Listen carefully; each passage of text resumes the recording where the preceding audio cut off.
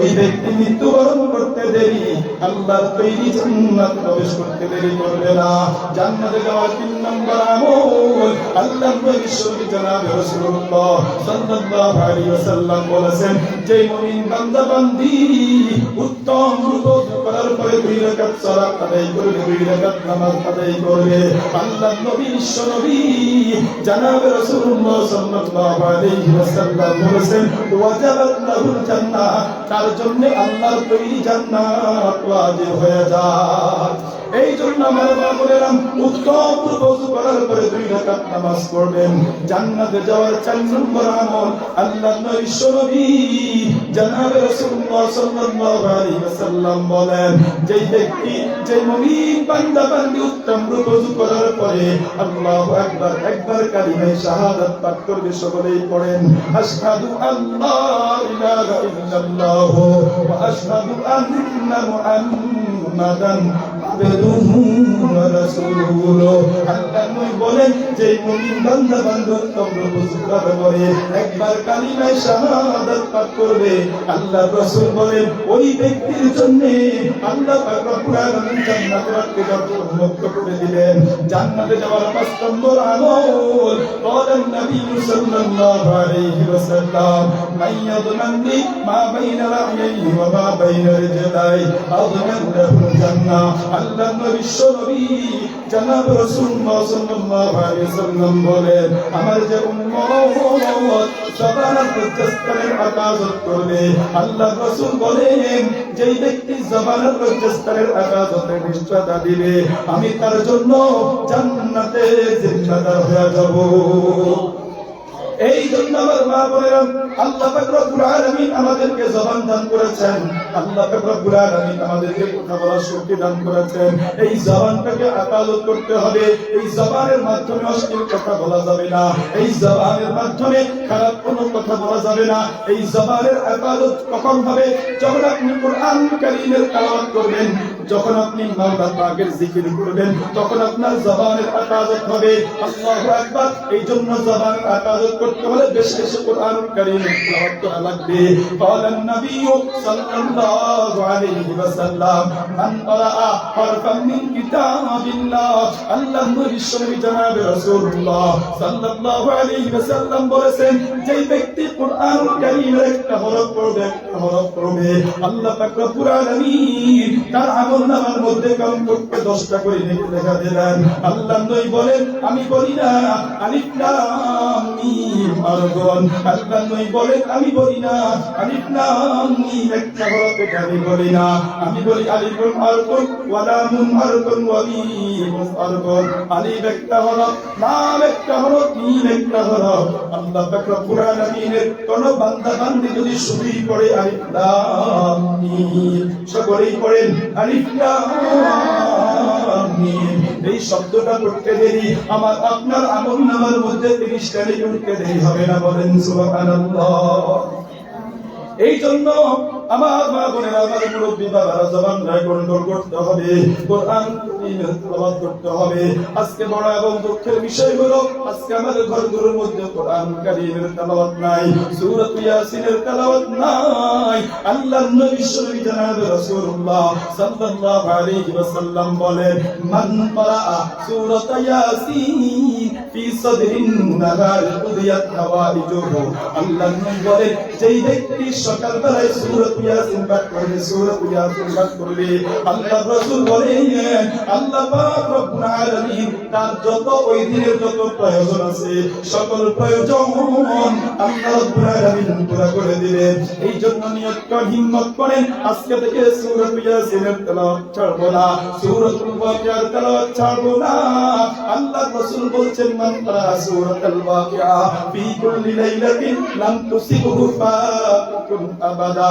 আল্লাহর রাসূল বলেন, যেই ব্যক্তি সন্ধ্যাবেলায় সূরাতুল ওয়াকিয়া পাঠ করবে, আল্লাহু আকবার, আল্লাহর রাসূল বলেছেন সেই কখনো দরিদ্রতা তাকে কখনো স্পর্শ করবে না। এই জন্য ফজরের পরে সূরা ইয়াসিন পাঠ করবেন, মাগরিবের পরে সূরাতুল ওয়াকিয়া পাঠ করবেন, ইশারের পরে সূরাতুল মুলক পাঠ করবেন।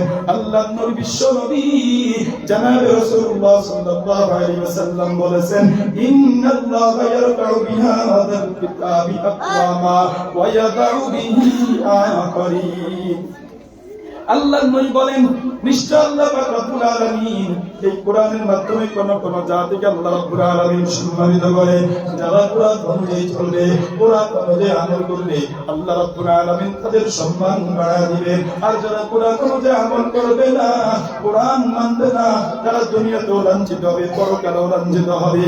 মান আযযামাল কুরআন ফাকাদ আযযামাহুল্লাহ, মান আযযামাল কুরআন ফাকাদ আযযামাহুল্লাহ, ওয়া মান ইস্তাহানা বিহি কলবুন ফাদাকাকা। जिस दिल में हो कुरान की तौहीद, जिस दिल में हो कुरान की तौहीद, वही दिल है अल्लाह के नजदीक दिल फजील। যন্তরে এই কোরআন থাকবে, কোরআন থাকবে, ওই অন্তরটা আল্লাহ পাক রব্বুল আলামিনের কাছে দামি। এই জন্য এই মাদ্রাসার মধ্যে আপনার সন্তানকে আপনি দিয়া হাফেজ বানাইতেছেন, আলেম বানাইতেছেন, আপনার মেয়েকে আপনি কোরআন শিখাইতেছেন, আপনি করতেছেন না। আল্লাহ নবী জনাবে রাসূলুল্লাহ সাল্লাল্লাহু আলাইহি ওয়াসাল্লাম বলেছেন, ইউকালু লিসাহিবিল কুরআন ইকরা ওয়ারতাকি ওয়ারাতিল কামা কুনতা তুরাতিল ফিদ দুনিয়া ফাইন্না মানজিলাকা ইনদা আখিরি আয়াতিন তাকরাউহা। আল্লাহ নবী জনাবে রাসূলুল্লাহ সাল্লাল্লাহু আলাইহি ওয়াসাল্লাম বলেন, যেই ব্যক্তি কুরআনুল কারীম মুখস্থ করবে, কিয়ামতের ময়দানে আল্লাহ রাব্বুল আলামিন হাফিজুল কুরআনকে আল্লাহু আকবার ডাকা হবে। হাফিজুল কুরআনকে বলা হবে, যে দরাতে করতে থাকো, ওয়ারতাকি চড়তে থাকো, ওয়ারাতিল তিলাওয়াত করতে থাকো, কামা কুনতা তুরাতিল ফিদ দুনিয়া।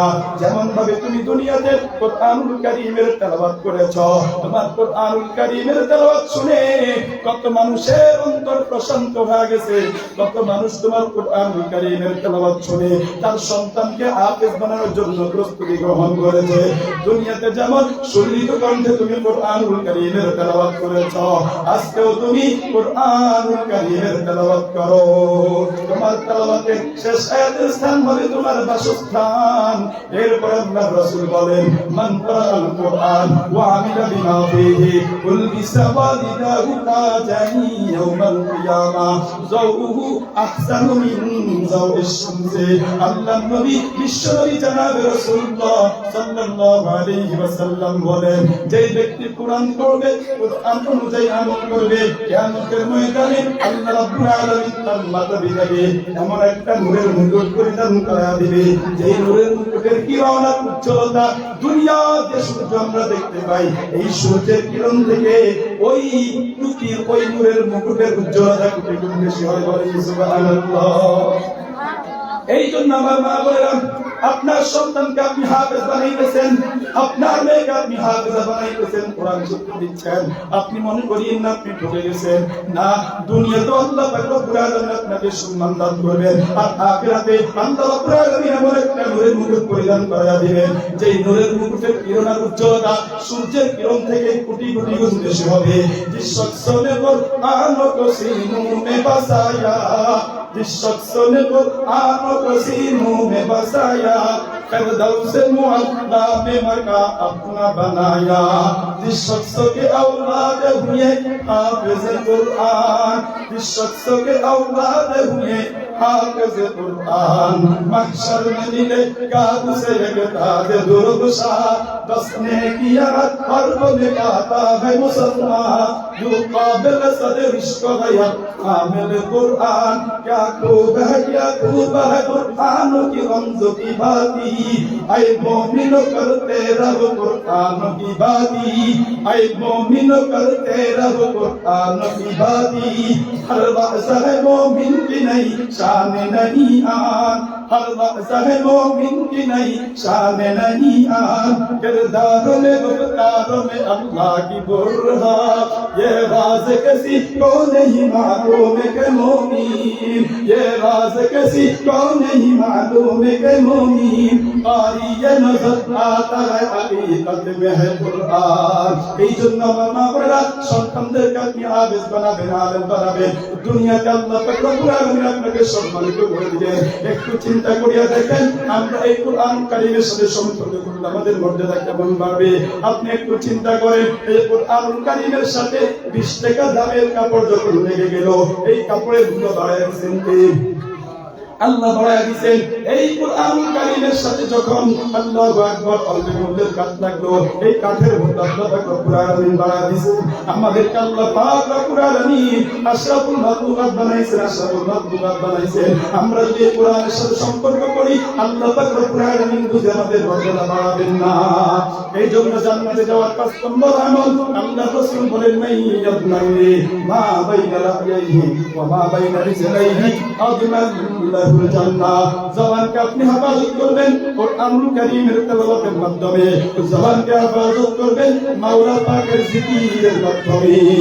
এই জন্য আমার মা বোনেরা সময় পেলে মাওলা পাকের জিকির করবেন, মাওলা পাকের জিকির করবেন। যে যত বেশি জিকির করবে তার অন্তর রব্বুল আলামিনের শান্তি আসবে। আল্লাহ পাক রব্বুল আলামিন বলেন আলা বিযিকরিল্লাহি তাতমাইন্নুল কুলুব। মুমিনের অন্তরে প্রশান্তি আসবে যখন, কখন আসবে? যখন মুমিন আল্লাহ পাক রব্বুল আলামিনকে ডাকবে। আল্লাহ পাক রব্বুল আলামিন বলেন ফাযকুরুনি আযকুরুকুম ওয়াশকুরুনি ওয়ালা তাকফুরুন। আল্লাহ রাব্বুল আলামিন বলেন ফাযকুরুনি, তোমরা আমাকে স্মরণ করো, আমিও তোমাদেরকে স্মরণ করব। ফাযকুরুনি আযকুরুকুম, তোমরা আমাকে ডাকো, আমিও তোমাদেরকে স্মরণ করব। ওয়াশকুরুনি ওয়ালা তাকফুরুন, তোমরা আমার শুকরিয়া আদায় করো, আমার নাফরমানি করো না, আমার নাফরমানি করো না। শুকরে নিয়ামতে আফজুকু না, শুকরে নিয়ামতে আফজুকু না, কুফরে নিয়ামত আসকাফাতে বিরুকু না। যখন আপনি আল্লাহ পাক রব্বুল আলামিনের শুকরিয়া আদায় করবেন, আল্লাহ পাক রব্বুল আলামিন আপনার নিয়ামতকে আরো বাড়ায়া দিবেন। আল্লাহ রাব্বুল আলামিন বলেন লা ইন শাকারতুম লা আযীদান্নাকুম ওয়া লা ইন কাফারতুম ইন্না আযাবি লাশাদীদ। এই জন্য আল্লাহ পাক রব্বুল আলামিন আমাকে আপনাকে অসংখ্য নিয়ামত দান করেছেন। আপনি আপনার একটু বডি দিয়ে একটু তাকান, আল্লাহ রাব্বুল আলামিন আমাদেরকে কত সুন্দর একটা চেহারা দান করেছেন, কত সুন্দর হাত দান করেছেন, কত সুন্দর চক্ষু আল্লাহ পাক রব্বুল আলামিন আমাদেরকে দান করেছেন।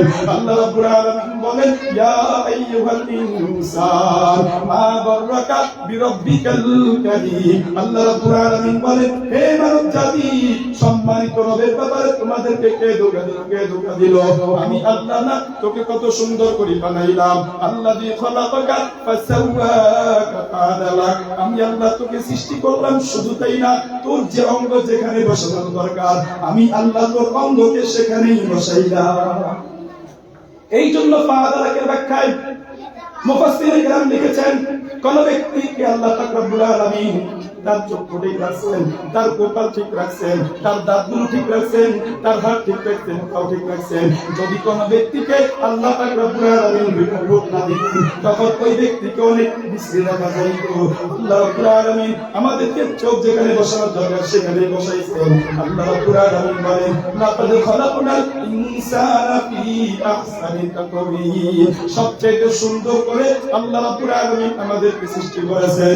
এই জন্য আমার বাবারা, আমার মুরব্বিরা, এই অন্তরের মধ্যে আল্লাহ পাক রব্বুল আলামিনের ভালোবাসা থাকবে, আল্লাহ পাক রব্বুল আলামিনের মহব্বত থাকবে, রাসূলের মহব্বত থাকবে। এই অন্তরের মধ্যে মালের মহব্বত থাকবে না, এই অন্তরের মধ্যে পদের মহব্বত থাকবে না, এই অন্তরের মধ্যে দুনিয়ার মহব্বত থাকবে না।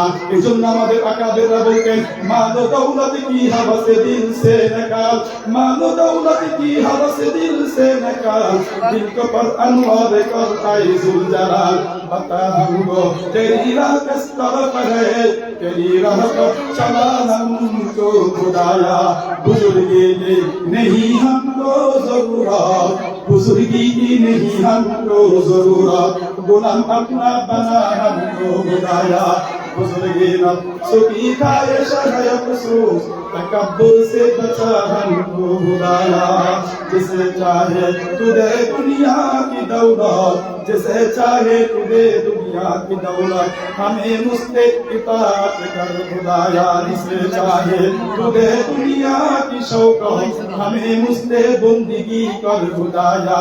न अमेरिका से न लंदन से हो उनका, न अमेरिका से न लंदन से हो उनका, हमें मुझसे उस इशाक का अदा कर खुदाया नजर मन से नजाता से हो निस्बत नजर मन से नजाता से हो निस्बत हमें मुस्के मदीना कर खुदाया এই অন্তরের মধ্যে দুনিয়ার মহব্বত থাকবে না এই অন্তরের মধ্যে মদিনাওয়ালার মহব্বত থাকবে এই অন্তরের মধ্যে কাবার মহব্বত থাকবে এই অন্তরের মধ্যে রাসূলের মহব্বত থাকবে এই জন্য আমার মা বোনেরা বলতেছিলাম জান্নাতে যাওয়ার 5 নম্বর আমল হলো মাইয়াদুনালি মা বাইনা রাইহি ওয়া মা বাইনা রিজলাইহি আদনাল্লাহু জান্নাহ আল্লাহর বিশ্বনবী জনাব রাসূলুল্লাহ সাল্লাল্লাহু আলাইহি ওয়াসাল্লাম বলেন যে ব্যক্তি জবান মধ্যস্থান আমাদের মুশকালা দিলে আল্লাহর রাসূল বলেন আমি তার জন্য জান্নাতের জিম্মাদার হয়ে গেলাম জান্নাতে যাওয়ার 6 নম্বর আমল আল্লাহর বিশ্বনবী জনাব রাসূলুল্লাহ সাল্লাল্লাহু আলাইহি ওয়াসাল্লাম বলেন মান সাল্লাল ফারদাইনি দাখালাল জান্নাহ আল্লাহর রাসূল বলেন যে ব্যক্তি ফজর নামাজের ব্যাপারে আসর নামাজের ব্যাপারে যে ব্যক্তি যত্নবান হবে আল্লাহর রাসূল বলেন দাখালাল জান্নাহ সে ব্যক্তি জান্নাতে প্রবেশ করবে জান্নাতে যাওয়ার 7 নম্বর আমল আল্লাহর বিশ্বনবী জনাব রাসূলুল্লাহ সাল্লাল্লাহু আলাইহি ওয়াসাল্লাম বলেন মান ক্বালা লা ইলাহা ইল্লাল্লাহ মুখলিসান দাখালাল জান্নাহ আল্লাহ নবী বলেন যে ব্যক্তি ইয়াকিনের সাথে আর বিশ্বাসের সাথে ঈমানের সাথে একবার পড়বে লা ইলাহা ইল্লাল্লাহ দাখালাল জান্নাহ আল্লাহ নবী বলেন সে জান্নাতে যাবে এই জন্য আল্লাহু আকবার আল্লাহ পাকের জিকির বেশি বেশি করে করতে হবে तेरे सिवा महबूब हकीकी कोई नहीं है कोई नहीं तेरे सिवा मस्जूद हकीकी कोई